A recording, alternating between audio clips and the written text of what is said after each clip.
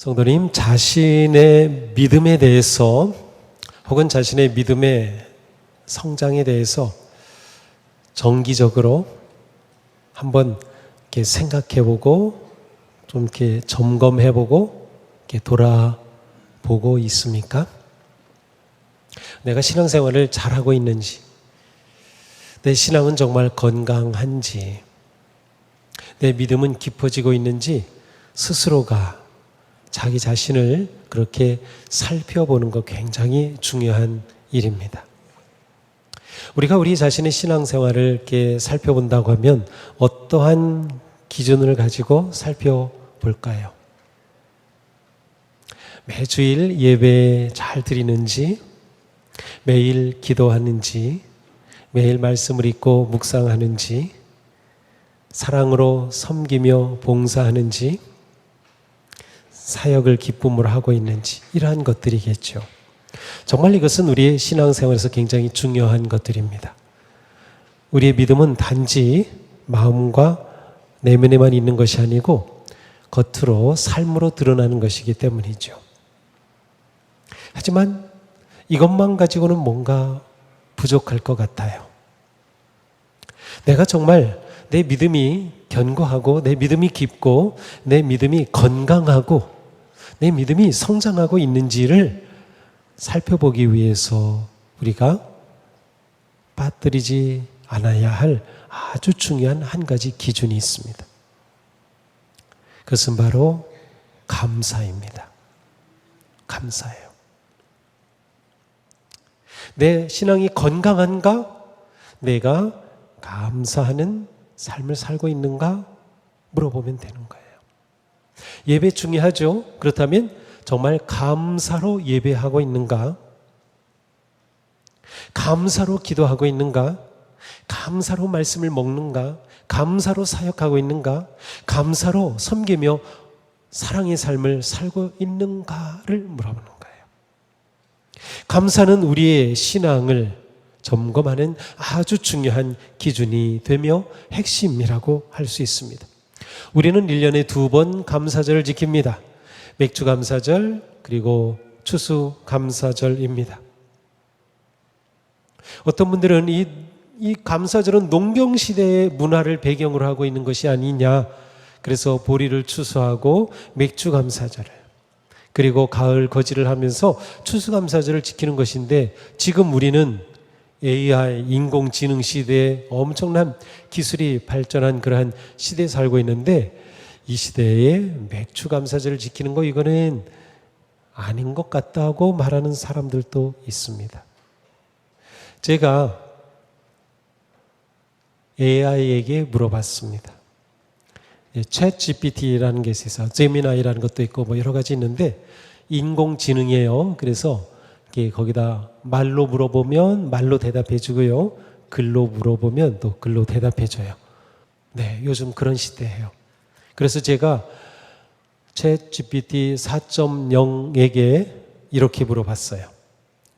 AI 시대, 과학기술이 발전한 이 시대에 맥주감사절을 지키는 것이 여전히 옳을까? 뭐라고 대답했을까요? 현대는 곡식이 아니라 데이터, 지식, 기술을 수확하는 시대입니다. 하지만 수학의 본질은 바뀌지 않았습니다. 하나님이 인간에게 생명, 재능, 기회, 노동의 결실을 허락하셨다는 점은 여전히 유효합니다. 내가 여호와 내 하나님을 기억하라. 그가 내게 재물 얻을 능력을 주셨음이라. 신명기 8장 18절. 즉 지금 우리가 누리는 AI, 기술, 학문, 산업적 열매도 하나님의 은혜의 결과입니다.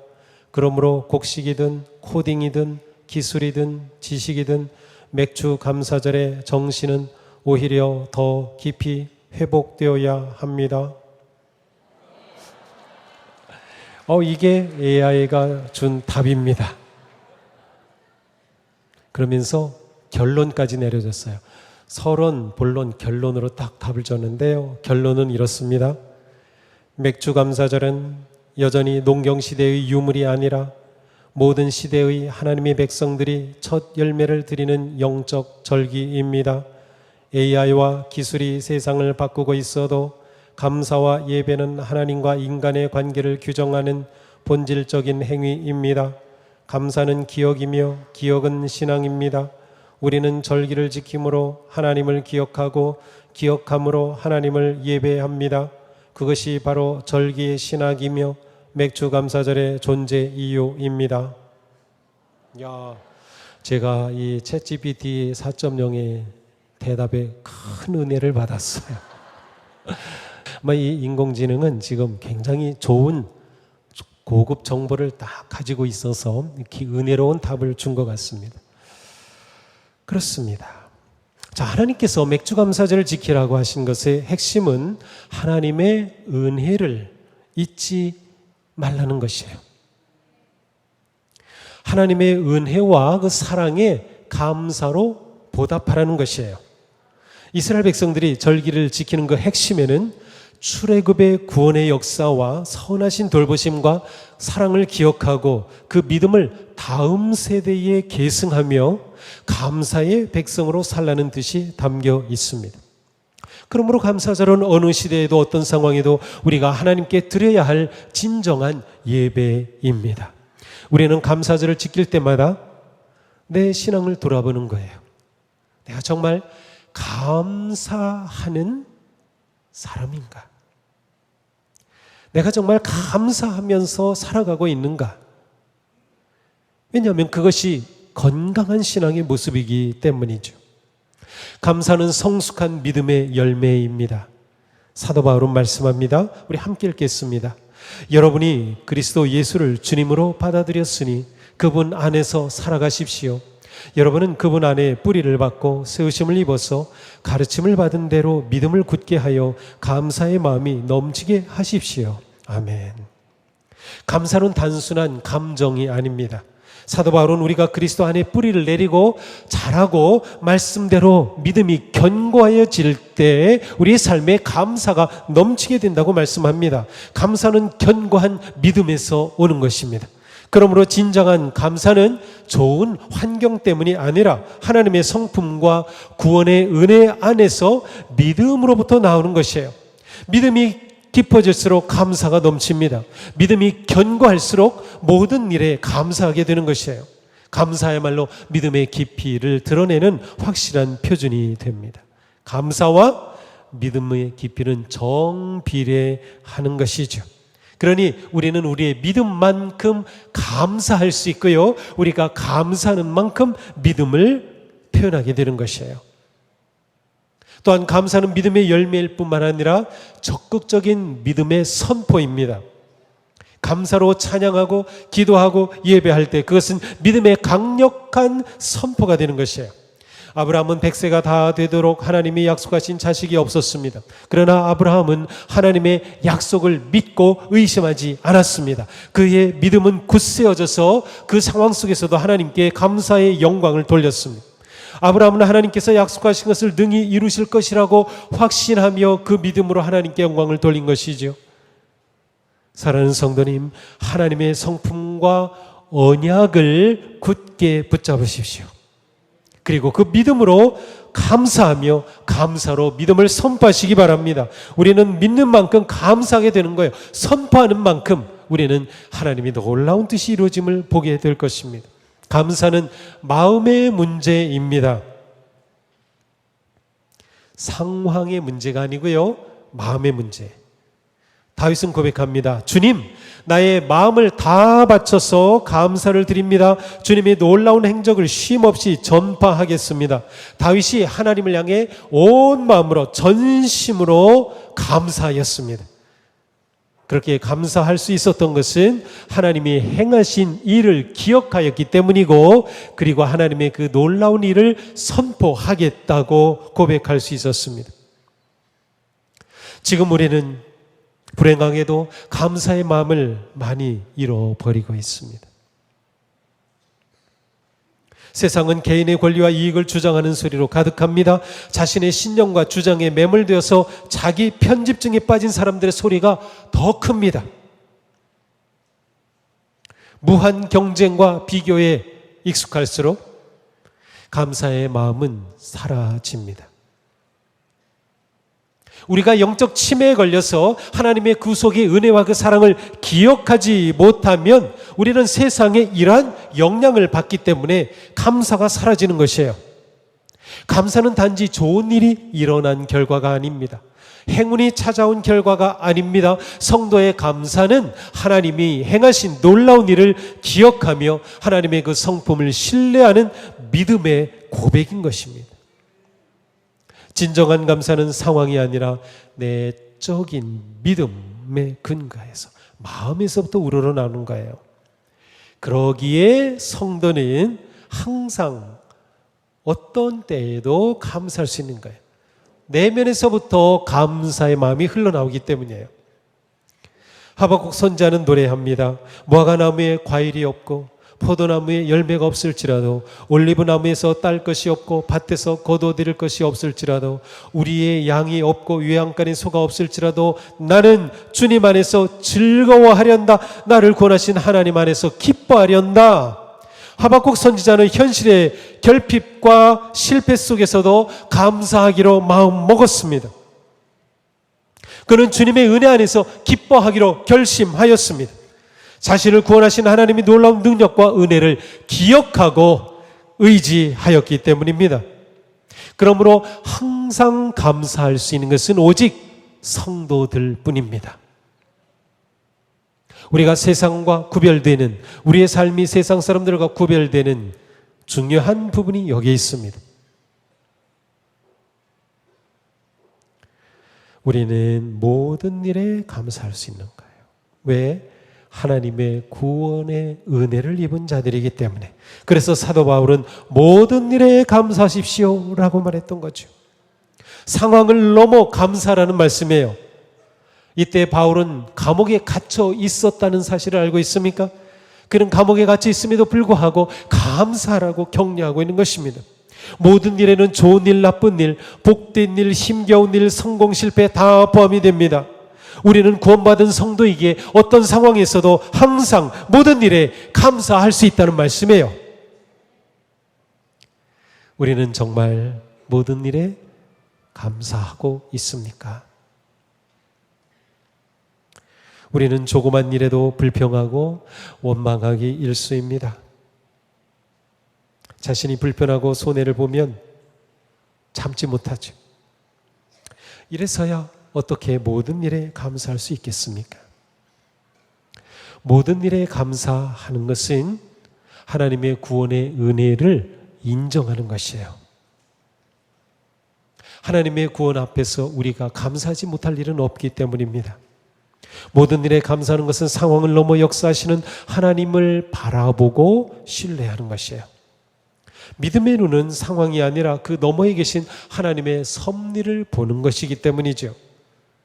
비록 지금 이해가 되지 않고 견디기 힘들고 수치와 아픔을 겪고 있어도 언젠가 이 모든 것이 하나님의 선한 인도하심 안에서 은혜가 되고 선을 이룰 것을 믿을 때 감사가 가능한 거예요. 감사는 고난과 힘든 상황 이후에 깨닫게 되고 발견하게 될 하나님의 섭리와 사랑을 미리 지금 신뢰하고 믿는 것이에요.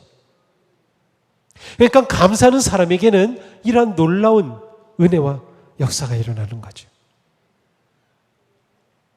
성도는 항상 감사함으로 고난을 이기고 항상 감사함으로 인내하고 항상 감사함으로 승리하며 항상 감사함으로 역사하시는 주님을 바라봅니다.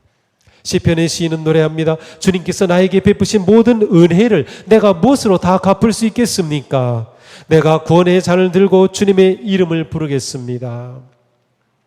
감사는 하나님의 은혜를 인식하고 인정하면서 시작이 됩니다. 은혜를 모르면 감사도 없습니다. 은혜를 잊으면 감사도 사라집니다. 하나님의 구원하심, 인도하심, 보호하심, 공급하심의 은혜를 알 때 우리는 감사하게 되는 것이죠. 우리의 예배도 그 본질은 감사에 있습니다. 감사 없는 예배는 예배가 아닙니다. 하나님의 은혜와 사랑에 대한 감사의 고백과 찬양과 기도와 드림이 없다면 예배는 의미 없는 의식에 불과합니다. 우리의 예배는 어떤 상황에서도 하나님의 구속의 은혜를 감사하며 기뻐하는 믿음의 고백이 되어야 하는 것이에요. 우리는 감사로 찬양하고 감사로 기도하고 감사로 예배하며 결단합니다. 하나님의 구속의 사랑과 은혜를 우리는 예배하는 모든 시간을 오직 감사의 향기로 가득 채우는 것입니다. 그러니 감사하는 성도는 언제나 주님 안에서 기쁨의 삶을 살게 되는 거예요. 감사하는 마음에 기쁨은 함께 일어나는 것이에요. 감사할 때 우리는 이겨낼 용기와 힘을 얻게 되는 것이죠. 감사할 때 우리는 주님을 신뢰하기에 마음의 평안을 누리는 것이에요. 사도 바울은 말씀합니다. 주님 안에서 항상 기뻐하십시오. 다시 말합니다. 기뻐하십시오. 여러분의 관용을 모든 사람에게 알리십시오. 주님께서 가까이 오셨습니다. 아무것도 염려하지 말고 모든 일을 오직 기도와 간구로 하고 여러분이 바라는 것을 감사함으로 하나님께 아뢰십시오. 감사하는 마음으로 나아가라는 것이에요. 내 삶의 기쁨이 없다면 내게 감사가 없었구나 라고 생각하시면 분명합니다. 내 삶의 평화가 없다면 내가 감사하지 못했구나 라고 보시면 확실합니다. 믿음은 감사의 근원이며 감사는 기쁨의 열쇠가 되기 때문이죠. 우리가 불평하면 우리의 마음은 어두워지지만 감사하면 우리의 마음은 밝아지며 기쁨과 평안함이 찾아오는 것입니다. 그러므로 우리에게 중요한 것은 태도입니다. 신앙생활에서 중요한 것이 태도예요. 태도라는 것은 삶의 자세입니다. 그리고 어떠한 것을 향하는 방향입니다.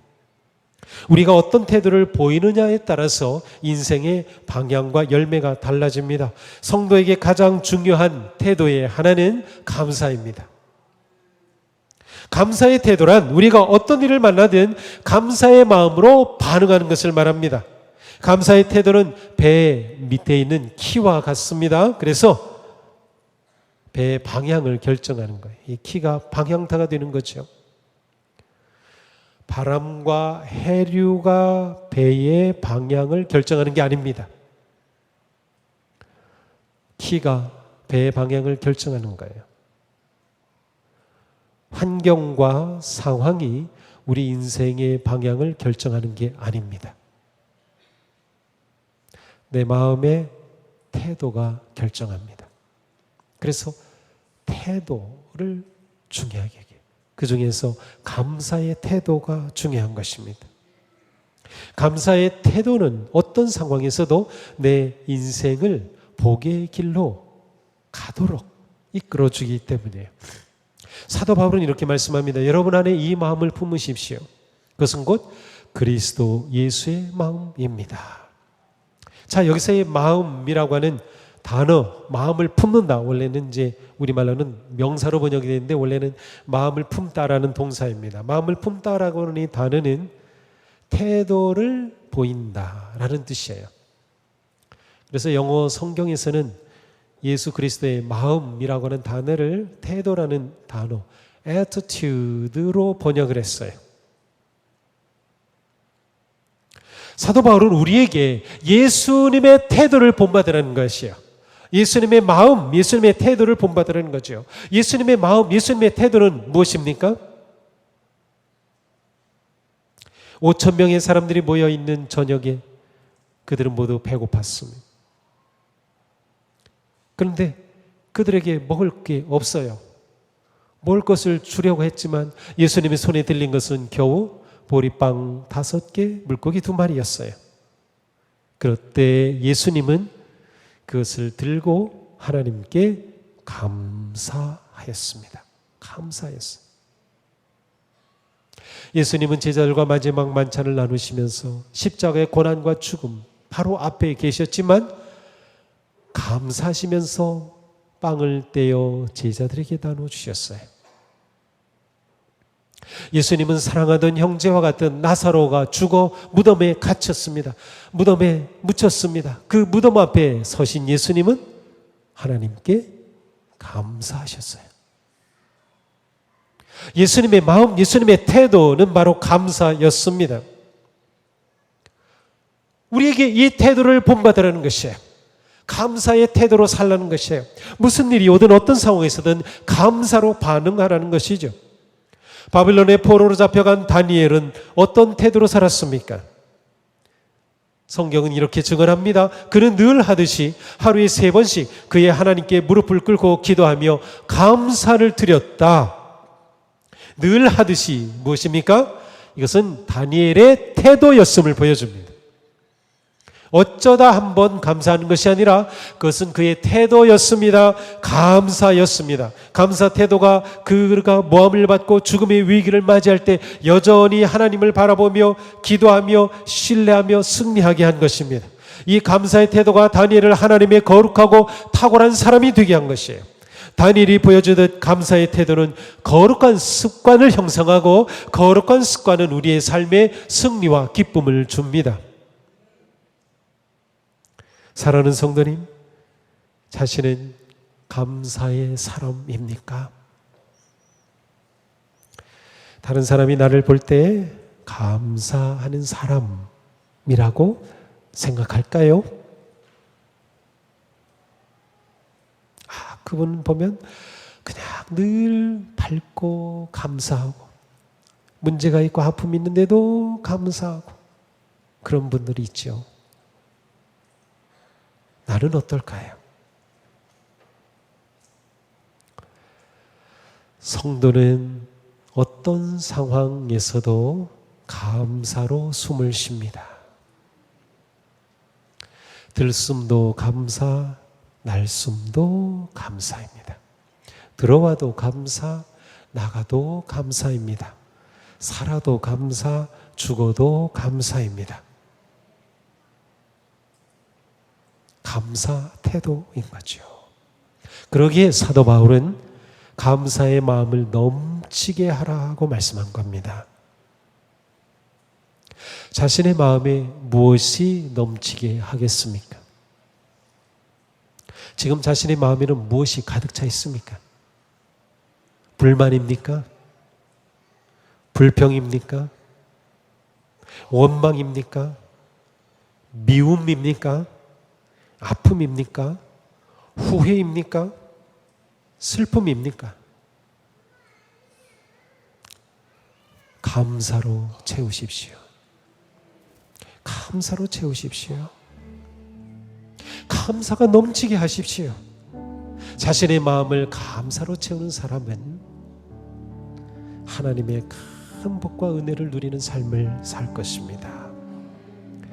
내 입술이 감사로 넘치고 내 생각이 감사로 넘치고 내 마음이 감사로 넘치고 그래서 모든 일에 감사로 반응하는 것이죠. 이 한 주간 한번 그렇게 살아보시기 바랍니다. 무슨 일이 내게 딱 일어나든 어떤 말을 듣든 첫 마디가 감사합니다. 한번 되게 해보십시오. 감사도 훈련입니다. 내 인생이 달라질 것입니다. 모든 일에 감사하십시오. 이것이 하나님의 뜻입니다. 감사가 넘치는 삶에 기쁨과 소망과 은혜의 바람이 불어오는 그러한 복된 인생이 되기를 주님의 이름으로 축복합니다.